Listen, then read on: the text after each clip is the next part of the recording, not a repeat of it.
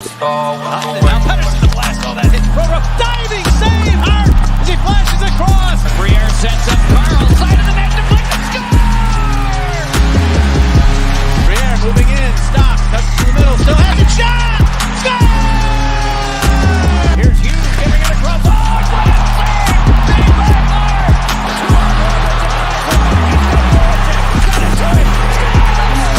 He's an angle! Short-handed mid! He scores! Up top, cruising is Provorov. He scores! Ivan Provorov! What is going on, everyone? Welcome back to the Flyer Up Podcast. I'm your host, Amedeo Grassia, along with my partner, Chris Maher. As always, we live stream on the Painted Lines, TTP Sports, and Flyers Fan Mania 93. And for people who cannot turn into this live, it is always going to be up on Apple, Spotify, wherever you listen to your podcasts at. So we've had an interesting past couple of days as Chris has some technical difficulties. Yeah, right, sorry, I had something blocking my camera and the light was shining in my face, and I was like, I gotta move that. All good. So we've had an interesting past couple of days. Last night was the expansion draft, and today the roster freezes have lifted. It was at 1 p.m. and a couple of trades happened in the NHL, one involving your Philadelphia Flyers, and then also we have the schedule releasing, hopefully, I would assume in a couple of minutes. And then we got it was 6 o'clock, so we'll see. Yeah, then we got the NHL draft that's going to happen tomorrow night. So a lot of things that are going to happen. And also Chuck Fletcher did have a press conference today after the trade. So we have a lot to get into. So let's get into the main topic of today's episode, and that's going to be the Shane Gostisbehere trade. So if we want to just go over what happened in that trade, it is the Philadelphia Flyers trading to the Arizona Coyotes defenseman Shane Gostisbehere along with a 2022 second and a 7th round pick. So, and the Flyers get in return absolutely nothing. They get cap relief. That is basically the entire trade. Future considerations. Future considerations, but right now there is no New return. Jersey. Oh yeah, that's probably the best. And for people who are listening to this on Apple, Chris showed me a picture of a Flyers jersey just with cap space on it. That's cap the brand space new 00. Yep, that is probably the best player possible to get stitched onto a jersey. I think that is a really good idea. So it's basically just a similar view to what the Islanders and the Coyotes did a couple of days ago with the Andrew Ladd trade. It's basically just the Islanders dumping cap. It's the Flyers dumping cap to the Arizona Coyotes and getting rid of Shane Gostisbehere's $4.5 million for the next 2 years. So I know some people were at first the trade was confusing because Elliot Friedman, I think, accidentally put out that Arizona was sending a 2nd and a 7th over to the Flyers. And we're like, wow, the Flyers got 2 picks for Gostisbehere, but then eventually he took that tweet down, and then it was like, oh, okay, Pierre LeBrun reinstated that the Flyers were sending the picks over to the Coyotes, so we're like, oh, that makes more sense then. Yeah, and that's the thing. I mean, I kind of said it before. Like, I had a feeling Arizona could have been one of those teams that would have taken cap, and I know it's weird, but they've taken a lot. I think I took a screenshot of a tweet from earlier that says that for a team that's one of the dump salary, the Coyotes have added $11.25 million in actual salary, and Ladd $7 million, and he had $1 million of his $3 million bonus paid prior to the trade, and Gostisbehere $4.25, and then $10 million in cap hits while adding draft picks.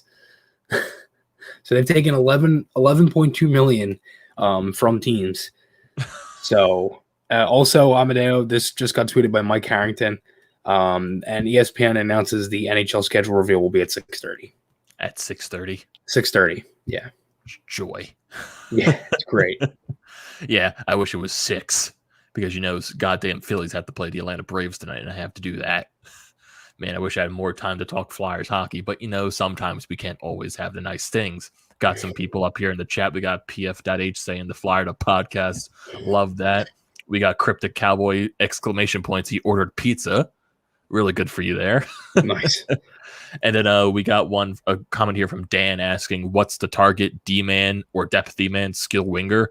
There are a lot of things that the Flyers can go with this cap relief. Chuck Fletcher had his press conference today. There are a lot of really interesting things that he talked about. The first round pick that the Flyers have this year, he brought that up. He's still saying he's really open to moving that if they can get a player to help improve this team.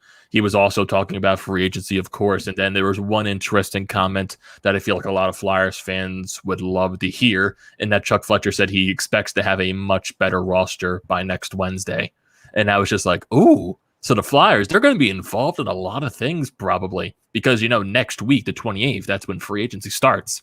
Right. And then I would assume the Flyers are going to have some big things cooking because if they do plan to move that first round pick, it'll be probably tonight or during the draft tomorrow. Mm-hmm. So that's going to be something really interesting to see because there's a lot of rumors. The Tarasenko rumor is still out there. Reinhart from the Buffalo Sabres, there's a bunch of rumors about him. The Flyers might pique interest on him. And you never know, the Flyers are still interested in that right-handed shot defenseman that can play with Sanheim. So there's a lot of options they could do. Trade, go into free agency. I know a couple of free agents that the Flyers could have gone after are off the books. Thank you, Seattle Kraken. But there's still a couple of people. You got David Savard, who's probably just give me him. Savard, please do not sign with anyone else. Please come to the Philadelphia Flyers when free agency opens up. That's the thing. I would love some of these guys. Like Savard, I want him really bad. I don't know if they're going to get him, though. I think there's going to be a lot of teams looking for Savard. Because Fletcher did say the market, there really isn't many guys right now. And honestly, for him saying that some teams asked for Cam York and then asked for the first-round pick to take on Ghost salary, that has to mean it's really hard to negotiate with other GMs right now. Or that it can also prove that Ghost just didn't have that much value on the market as well. Yeah, but I think he's more talking about eating cap is kind of what he means. Yeah, that can also be just really hard for teams to take on a contract.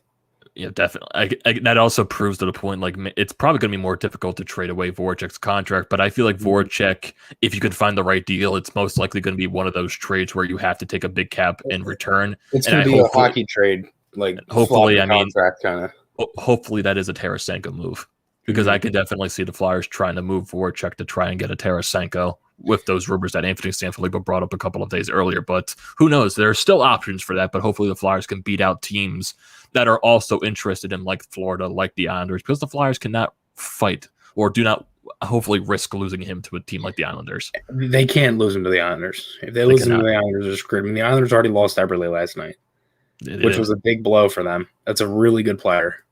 Regardless of what Seattle, everybody's thoughts are on Seattle, I thought they have a pretty decent roster, honestly. They have some good players. And some of them are a little confusing, like it'll probably make more sense the next week.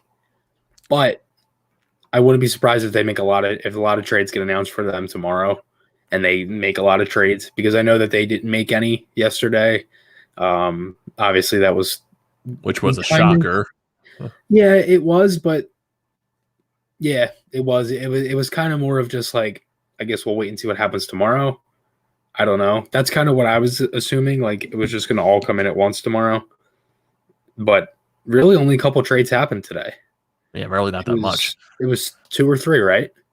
Yeah, I think there was at least 2 or 3 trades that happened, and the signings that happened yesterday with the Kraken. And then hopefully this is going to be one of those first rounds of the drafts, or even the first 2 days of the draft, can actually have some excitement involving with trades, because trades a couple of past years have been very lackluster at the NHL draft. So hopefully this could be in terms of excitement. We also have a good question here from Jacob asking, is the cap relief for an outside player to bring in, or are we freeing up space to resign our own guys this year and next year? I think it's a little bit of a mix of both. Yeah, because Fletcher really wants to improve the roster. And then also, you got to worry about signing a guy like a Sanheim, signing a guy like a Carter Hart to their next contract. And then eventually down the road, you have a lot of contracts that are going to be coming off the books and some RFAs next year as well. So there's going to be a lot of movement, I would say, from the Flyers in the next, I would say, 5-6 days. So definitely tighten your seatbelts, because it's definitely going to be a very nice joyride. And there's one comment that I would be amazed if this would happen, from Joel Embiid, saying trade Jake in a first rounder for Connor McDavid, if that were only possible. Mm-hmm. That probably if someone were forced to say yes to that, it would go through. That would be the only way. Now, if it was, you have to accept the steal, yes, or you're fired. Now, if it was Peter Chiarelli, still the GM of the Edmonton Oilers, I feel like he would say yes, just because that's how stupid he is. I feel like that's what would happen, but you never know. Then we also got a comment from Cryptic saying, so are we getting Suter now? Yeah, Suter is definitely going to be a cheap option. He's definitely going to sign league minimum. He's still going to be paying by Minnesota for years to come. I don't know if he'd be league minimum. Now that I've kind of thought about that, you think he could maybe be like $2 million? He's going to be cheap. He can't demand that much. He's going to be cheap, but maybe $2 million. You never know. 1.5. Never know. Never know. And I guess that's the beauty of all this stuff, because we don't know what's going to happen, and that's also kind of the stressful thing, because we don't know what's happening. Yeah, and that's the thing. Like, I thought about it at first. I was like, he'd probably be league minimum. I'm like, well, he is Ryan Suter, so he probably could demand a little more money. Maybe 1.5, 2 million. I don't know. You could be right. I mean, I don't know, dude. All of us really are looked at like we're full of shit until this stuff happens. So yeah. Then we got one from PF.H saying sign McCabe and Getzlaf. That's also one thing that could be, like, Getzlaf is a free agent this year. Like, could he be a veteran? That would be brought in, but I'm sure that's not one of the top options for Chuck Fletcher in the offseason. But it would be nice, a nice veteran presence. Dude, I would love that. It's another cup guy in the locker room. You imagine that in Getzlaf and Tarasenko? Oh, my God. And then we got a Guido saying we need a right defenseman to play with Sanheim and play with Sanheim that has a big body. Yeah, we just need a veteran defenseman to play with Sanheim. It's the same situation you need for Sanheim. You just need that one guy that can help Sanheim out, that he can rely on. Then we got Oscar de Groot saying Ghost is gone in all caps, and he wants them to sign Savard. I'm with you there, Oscar. I want the Flyers to go after Savard really badly. Then we got Denise saying that who do you think would take on the Voracek contract? We brought this up a couple of minutes earlier, saying it's most likely going to be a hockey trade involving Jake Voracek's contract. Hopefully it does involve Vladimir Tarasenko, but I feel like it's going to happen eventually, just because of everything that's been brought up with Jake Voracek over the past couple of weeks. I think there's eventually going to be some type of movement involving his name. You just got to wait and see what happens. Yeah. I think honestly, I could see it happening at the draft. I could see that when the Flyers pick comes up, that could possibly be their move. Trade even though I know maybe I won't be. Do I want to trade the first round pick to get Tarasenko? Maybe, I'm not sure, but never know. Yeah. That's the thing, though. I think if you're able to get a guy like Tarasenko back, then you might as well try to do it. Yeah. So. And then we got Dan also bringing up Farabee in his contract extension. It's going to be expensive enough. If he has a good season, yeah, you might get to the point where he has an expensive contract, but I don't think he's going to demand anything outrageous. I think we're thinking a little too far ahead here. Yeah, like, we're not. I think we're going. Let this season play out first. I'm not worried about any of those contracts yet. And then Chris bringing up, remember the days when we would trade players and actually get a return? Well, the return is the cap relief. Yeah, look at it that way. I know some people don't like the trade because we gave up so much just to get rid of Gostisbehere. We got to handle, like, GMs aren't really willing to take on cap that easily. You're going to have to give up something for those teams to take cap. And thankfully, Arizona was the one that wasn't asking for that much. In terms of, because Fletcher, like you said, Chris, earlier brought up that people were asking for Cam York, people were asking for the first round pick. I wasn't going to give those up just to trade Gostisbehere. York, your best defensive prospect, or your first round pick, which is a top 15 pick. Yeah, that's a lot to take on $4.5 million. That's a lot, and the fact that he only gave up a second, which really isn't bad, and then a seventh is just really a sweetener to it. So he really only gives up a second round. He gives up 2 picks, but you get my point. So listen, if you're going to be bitter about giving up a second round pick, I'm not really sure what to tell you. Like, that's how it's going to have to be done now with the way that with the flat cap. So I feel like there's a lot of people just like really over analyzing the whole, like, just the trade itself. I don't really think it's that bad if they only gave up a second round pick, and they have $13.8 million in cap space right now. That's a good amount. It's a good chunk of change to get some of these guys, depending on who they get, what the player demands, and all that stuff. But right now, that's a pretty good chunk of change. They might be able to do some work with that, maybe able to get some more, which I think they still could. But do you think there's a way that they maybe do a package deal to kill 2 birds with 1 stone and get like a backup goalie and a defenseman in the trade? The possibility. Because I know they talked about getting Korpisalo with Jones in a deal that was rumored before by Elliot Freeman. So I don't know. I mean, that could happen. I don't know, but Yeah, it could definitely happen. There's still some free agent goaltenders on the market that maybe Chuck Fletcher can go after. I know Berge might be off the list just because he got traded to the Carolina Hurricanes, even though that trade still confuses me to this hour because I don't know why the Hurricanes would give up Nedeljkovic, who was their Calder finalist this year. He was their best goaltender this year. He led the league in a lot of stats, and I don't know why they would give him up. I just don't know. I heard I saw something that like their top offer was 1.5 million. Yeah, which doesn't make any sense. That's just the owner being cheap. Yeah, like that's the one thing with Carolina that like they are a really good team, but when their top players eventually hit the free agent market, and I don't think their owner is going to want to cough up anything because their owner is a cheap ass. He does not want to pay for anything. He was forced to pay what Aho's getting paid right now, thanks to Montreal offer sheeting him. Yeah. So even Steve Yzerman probably sounded confused by the trade. He was just like, "Oh, you got to go ask them." I just asked, and they accepted. So even Yzerman was probably confused why they allowed that trade to happen. Right. I mean, they have 30 million in cap space right now. But they also have they have 12 guys they have to re-sign. Oof. Or actually more than that, I believe. That's 5. Oof. They have 11 UFAs and RFAs, 3 RFAs, and then 8 UFAs. Dougie Hamilton's one. Bernier is another one, so they get another guy. But all their goalies are old too. I mean, they got rid of young goaltender for Bernier. I don't really get that. Yeah, they have Mrazek, they have Reimer, now they have Bernier. And I think both Mrazek and Reimer are free agents this year too. So I wonder who they choose. Reimer and Bernier. Jeez, all UFAs. All 3 of them. I wonder who they choose. They're probably going. I would assume they let Reimer go and keep Bernier and Mrazek. That's what I would just assume at that point. Or you could keep all 3. Or you could keep all 3. Yeah, but I don't know. I don't think they'd keep all 3. They could, but I don't know. And then you have, for the forwards, you have Cedric Paquette, Jordan Martinook, Brock McGinn, they're UFAs, and then Warren Fogle and Chesnikov are RFAs, and Chesnikov's going to get paid. So is Dougie Hamilton. And if they do re-sign him. And then they have Yanni Hagenpad too on defense. Oof. Yeah, they have a lot of things. I don't envy Carolina at all. I do not whatsoever. We do have a question here. What do you think it'll cost to land a guy like a Sam Reinhart?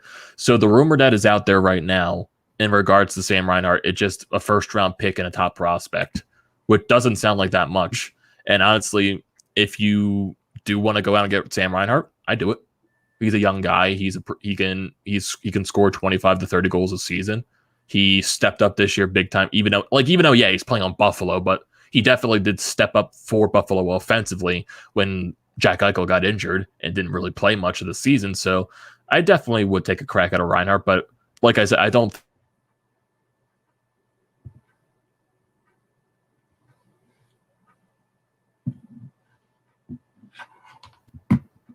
And let me guess, the internet cut out, didn't it?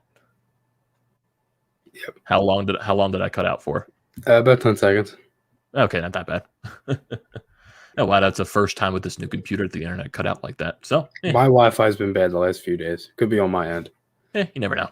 Yeah. You definitely never know. Sorry for those technical difficulties, people. But what are you gonna do? So going back to the Sam Reinhart situation, if it happens, I'll gladly take a Sam Reinhart.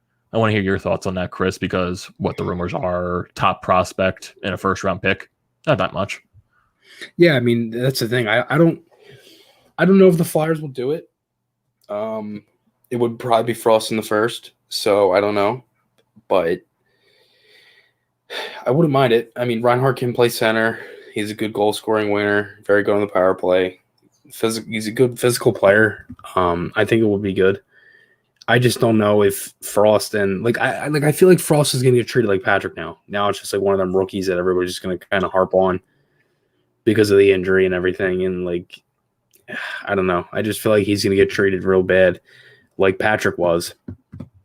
And I don't know if giving up on him and trading him would be the best thing. Maybe if you could maybe throw in another pick, like a third, if you could maybe do a second. Okay, maybe you do a first, like a fourth, and maybe a B+ prospect. You could get it there. You throw in another pick, and then you get another prospect. I don't know, but I wouldn't mind Reinhart. I don't really know about giving up on Frost. I wouldn't say it's necessarily just giving up on Frost, but I think it's just on the route of the Flyers aren't really, I guess from the looks of it right now, they're not taking that position to wait for players, I guess, to develop into what they could become. And that felt like it was a position with Phil Myers and Nolan Patrick. They went out and got a guy like a proven commodity in Ryan Ellis. Yeah, but I don't think Frost is like that, though. Like, Frost would have been a key part of that team the past year. He just got hurt. Yeah. I know Frost really hasn't gotten that chance, but I think if the option does come across him, I think maybe Chuck Fletcher does take that risk. But you never know. It's the same thing. And you just got that question. Would you rather trade a guy like a Frost or a Cam York if you had to let one go? I'd rather trade Frost because I think York to this team would be more important just because of how much this team thrives on the defense and how much Chuck Fletcher has been emphasizing team defense and goals against. So I think that's the more important player to keep, I would say. So you never know. Like I said, you never know. And also some people are bringing up some points about Good Branson is a right-handed defenseman at the UFA. What would be your take on him? Honestly, I'm not sure. I'm not sure how I would feel about Good Branson. I think that's one of those moves where it's like kind of how Gus was last year. It'd be one of those type of moves. Like how Gustafsson was signed last year. Like, it's just like, oh, we got a defenseman. It's one of the guys that we could get. Like, Yeah. I don't know. It's not the main guy you want. Yeah. And then we got a question from Joel Embiid saying that, would you rather trade for Tarasenko or a Reinhart? I'd rather trade for Tarasenko. Yeah, Tarasenko. I think that's the easiest choice, in my opinion. Mm-hmm. Then we got a comment from Stacy's dad saying that hoping Ghost can revamp his career in Arizona. Loved his contributions here, but it was definitely time for him to go. Yeah, agree. Yeah, definitely agree. Yeah, Ghost, when he came up, he was very electric. He had 2 really good seasons with this team. He had his rookie year where he was a Calder finalist, and he had a 60-plus point season. And so sadly, injury got in the way, and just at that point, it was time. I guess I think he was always that guy that could have used a change of scenery because I feel like confidence got in the way of sometimes of his play. Injury got in the way. He wasn't coached right for like 4 years straight. Yeah, so he's going to go to a team in Arizona where honestly the expectations aren't going to be that drastic, and he can just do his thing. And honestly, if they get a guy like a Gostisbehere, what does that mean for a guy like an Oliver Ekman-Larsson? Do you think he eventually gets moved? Since they basically just got his replacement, I would say. I don't know. I mean, I don't really. Again, it's the big contract. So what team would really take? Unless it's a 1-for-1, Flyers could get OEL. Yeah, I don't think they'll do that because I feel like they would have done that in this trade. Honestly, I think that I don't know. I mean, I think the draft has everything to do with this. Yeah, there's definitely a lot of directions this team could go. Honestly, I know Vancouver has been rumored to go after Oliver Ekman-Larsson, and that's going to make a lot of Vancouver fans mad because Jim Benning and his idiocy. Yeah, I know that doesn't really make much sense though, because they talked about moving Schmidt already. So why would they go for Ekman-Larsson? Because Jim Benning is an idiot. I think that's the good description of that. So to talk about some other trades that happened, we brought up the Nedeljkovic trade that happened with the Carolina Hurricanes and the Detroit Red Wings. So the Hurricanes get Bernier and a 3rd-round pick for this year, and the Red Wings get Nedeljkovic, which they then extended him to a 2-year contract with a $3 million cap hit. So that's $2 million, 2 years at $6 million. And then the other trade that happened today, which the Flyers were also rumored to get, but the Seattle Kraken trade forward Tyler Pitlick, who they picked up in yesterday's expansion draft, to the Calgary Flames for a 4th-round pick next year. So kind of wish we could have got Tyler Pitlick back. Still I wish we didn't get rid of him, or I wish we re-signed him when we had the chance, but I guess it is what it is at this point. So hopefully Pitlick can have some success in Calgary, even though I do think Calgary's eventually going to shake up their roster a little bit as well. Who knows because I remember the rumors with Matt Tkachuk there, listening to the phone calls on him. I would love a guy like a Matthew Tkachuk. I would love it if the Flyers can somehow snag him from Calgary. Imagine if that's the draft trade, the Flyers trade for Matt Tkachuk. Ooh, that would be nice. There's a tweet here that did just come out around like 10, 11 minutes ago. This was Darren Dreger on Insider Trading talking about Dougie Hamilton. He said Philadelphia would like to do something, but the Flyers don't have a ton of cap space. But Chuck Fletcher can be creative, so I wouldn't count him out of this as well. So I guess they're still in play for For Hamilton, I don't really think. Interesting. I don't think that's a thing of like, oh, Philly's going to get him. I think it's more of just like, don't count them out, but they're probably not looking to get Hamilton. Yeah, but they definitely aren't not talking still. Like, why would they not still have talks? It's one of those things where don't count the Flyers out of it just yet. They don't have they can work around it, but just don't count them out as a team that might not go after them. They're still going to be involved probably until the very end. Basically, that's probably what it's going to be at this point. And looking at some other free agents that happened and signed over the past couple of days. So you got the Adam Larson and the Jamie Alexiak signings with the Seattle Kraken. Larson gets a 4-year contract at a $4 million cap hit. Got Alexiak signing 5 years at a $4.6 million cap hit. So Seattle is really ramping up on the defenseman. And then today you get Mike Smith re-signing with the Edmonton Oilers at a 2-year contract with a $2.2 million cap hit. Ken Holland, what are you doing there? Why are you signing a 40-year-old goaltender to a 2-year contract? Everybody said that when he was 39 when he signed. And he had a really good year. So he did. He had a really good year this past year. So but how much can you count on that? That's the thing. I don't know. I guess we'll have to wait and see. They did get Pumpkin Keith. Because are they really going to roll back with the tandem of Koskinen and Mike Smith again? And I don't know. They expect that to have success. They lost Larson and then they signed Keith, and they got Keith, then lost Larson. So the defense kind of went from solid to a little bit better with adding Keith, and then, in my opinion, a little bit better. I think Keith's actually going to be good for the Oilers. But yeah, I don't know. I think you're going to figure out more of that in the coming weeks. But we have 3 minutes until the schedule's supposed to be released. So let's see if this comes out on time. Hopefully, it would be cool. I don't know. Now, I never understood when they say the NHL schedule's coming out, because it's not. You know what I mean? It's not like it's a one schedule. There's a bunch. So I don't know if every team's just going to announce them at 6:30, or they're going to announce like the ESPN games, or maybe those games come first and then the teams come out. I don't know. We'll have to wait and see what happens, but should be in a couple of minutes here is when we get the tweet. Yeah, we got a good question or a good point from Sean Fitzpatrick. Are you guys anxious to view a more stellar ESPN coverage tomorrow as I am? Bring on Chris Fowler. Yeah, to bring up the expansion draft and the ESPN coverage, it was something. It wasn't horrible. It for it being their first time, I'll give them a break. But yeah, it was cringy. The Carolina Panthers are in the NFL. Yes. I feel like that was the bright point of the entire night, was the Carolina Hurricanes and the Carolina Panthers going back and forth, changing their look on Twitter. I feel like that was the bright spot of the entire damn night. But yeah, I'll give ESPN a break just because it was their first time, but it was still very cringe. You got mispronunciations of names, and it's to the point where some players don't even have a highlight reel where Seattle picked them. Like Torinsky didn't have a highlight reel. There was a couple of other players that didn't have a highlight reel. It was something. It was definitely something. Those are I don't know if those are the guys that they just maybe didn't have enough highlights to throw in. Yeah. But that doesn't really make much sense, because you could literally just add AHL highlights or something. Yeah. Then also something that was interesting as well, as Ron Hextall had his press conference for the Penguins today, and it sounded very familiar to what he talked about when he was a Flyers GM. Talking about, we might go out and try to get some guys, but I don't think we're going to be able to sign those guys under our cap, blah, blah, blah. I would like Pittsburgh, welcome to the Ron Hextall era. Welcome to your mediocrity, which is about to begin soon. Yeah. Ooh, man. And going back to the expansion draft, let's bring up some guys that were picked yesterday in the draft.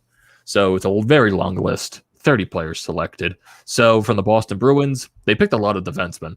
The Seattle Kraken, they took Jeremy Lauzon from the Boston Bruins. From the Buffalo Sabres, they took William Borgen.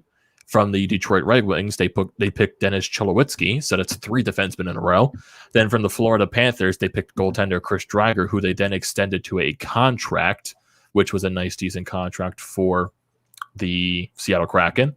And then they also picked 2 Flurries in this draft as well. They picked Cale Fleury from the Montreal Canadiens, who is a defenseman. They picked Joey Dackard a goaltender from the Ottawa Senators. Yanni Gourde goes to Seattle from the Tampa Bay Lightning. Jared McCann, who was originally traded from Pittsburgh to Toronto, then gets selected from Toronto in the expansion draft. You got Morgan Geekie from the Carolina Hurricanes, a forward.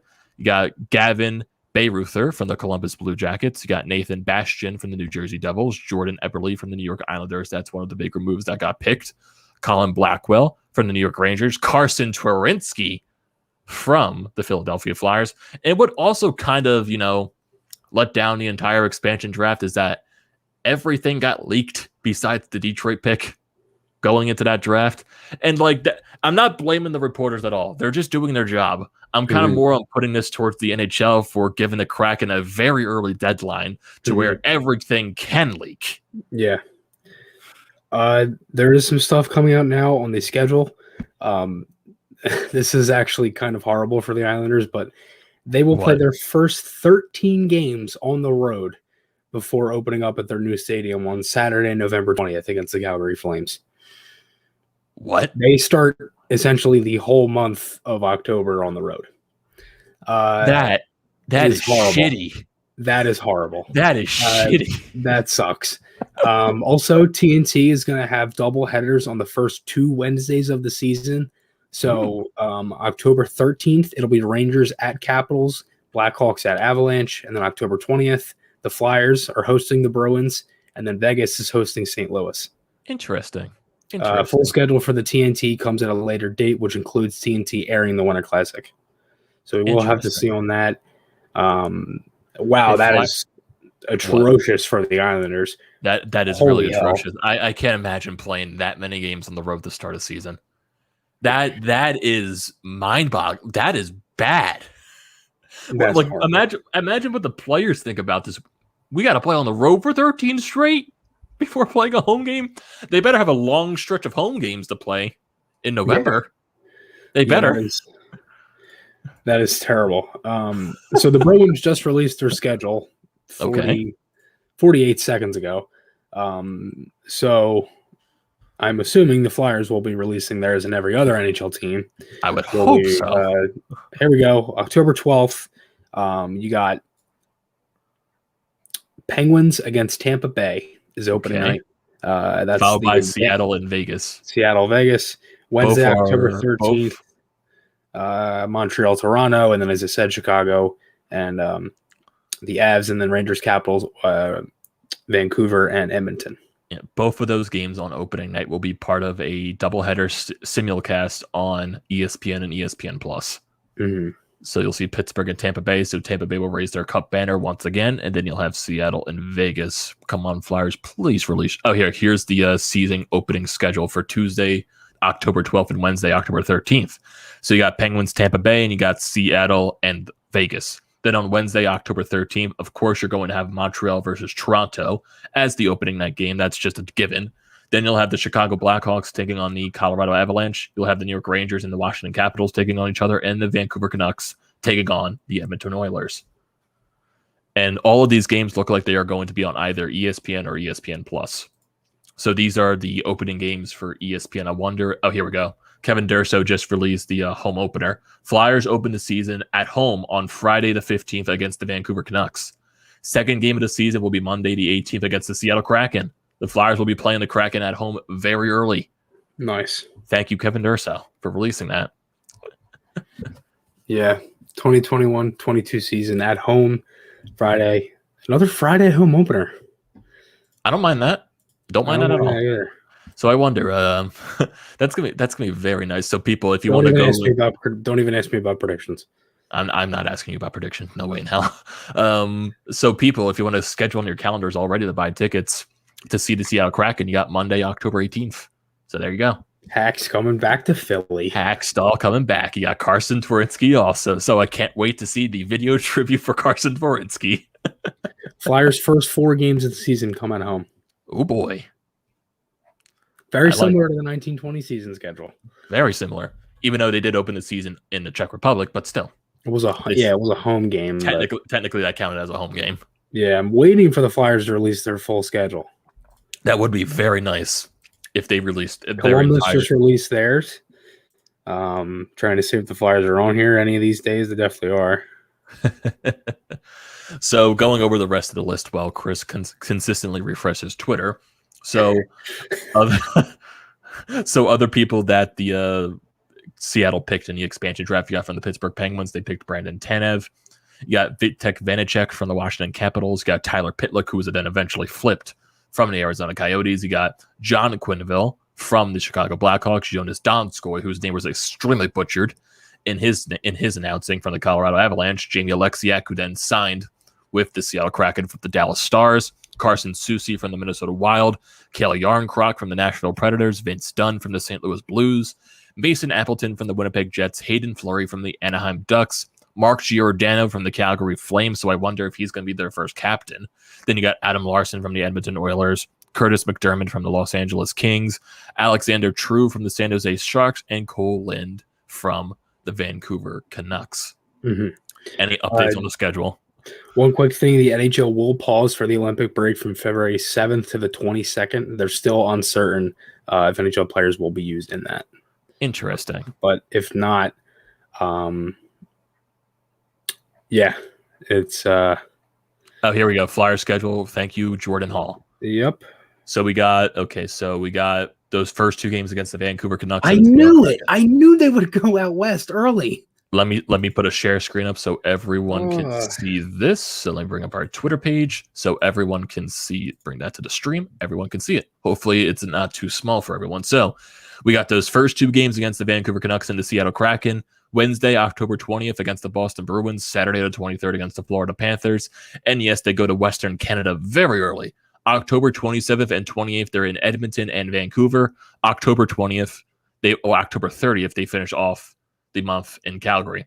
Then they come back home for November 2nd against the Arizona Coyotes. And then you get to see Shane Gostisbehere return to Philadelphia.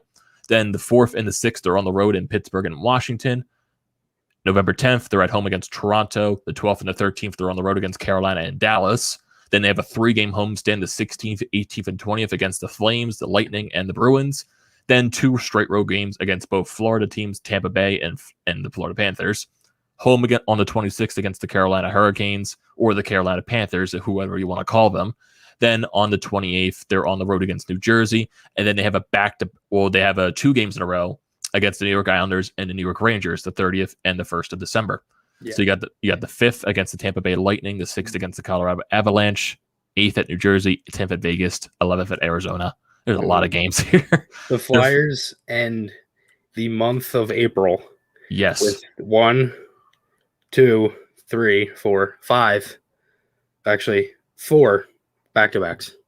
Wow. The 12th and 13th at Washington, and then at home against the Rangers. The 16th at Buffalo, at home against Buffalo. The 19th at Toronto.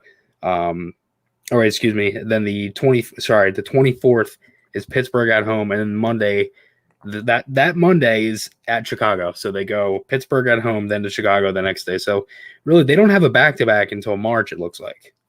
Yeah, that actually does sound pretty nice. Yeah. So I mean, there's only the beginning of the schedule actually 4 games in February.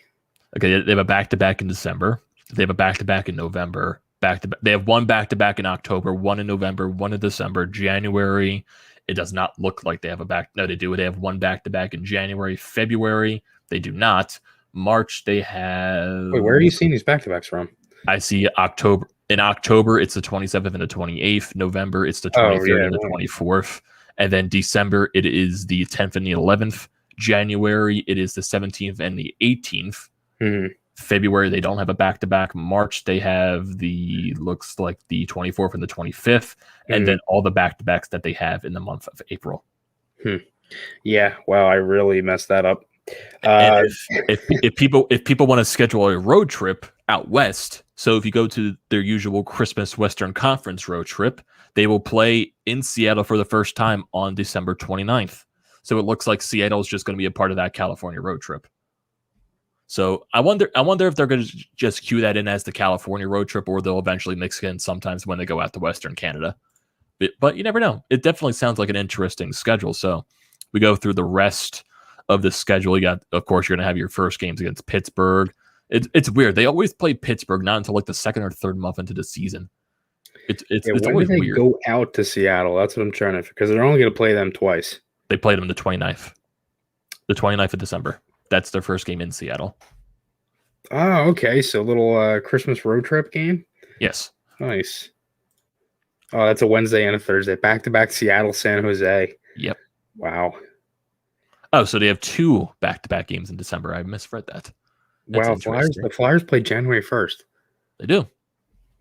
Usually it's only the Winter Classic that day.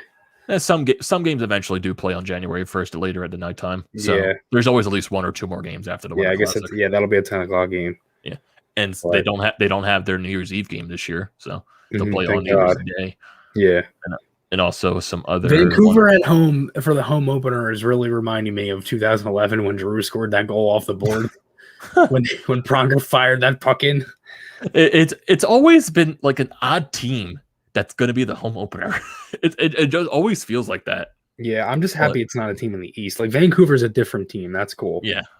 I kind of wish it would have been Seattle just because it would have drawn that crowd. But, they play Seattle the second game of the season, so what am I complaining about? Yeah, right. Yeah. So there you have it, everyone. This is your Flyers regular season schedule for the 21-22 season.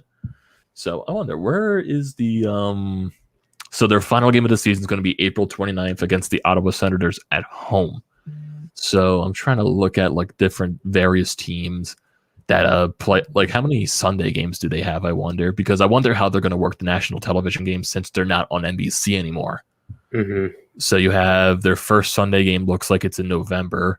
Then they play a Sunday game in December. Then they play a Sunday game. I don't think it's in the month of January, not in February. They play a Sunday game in March.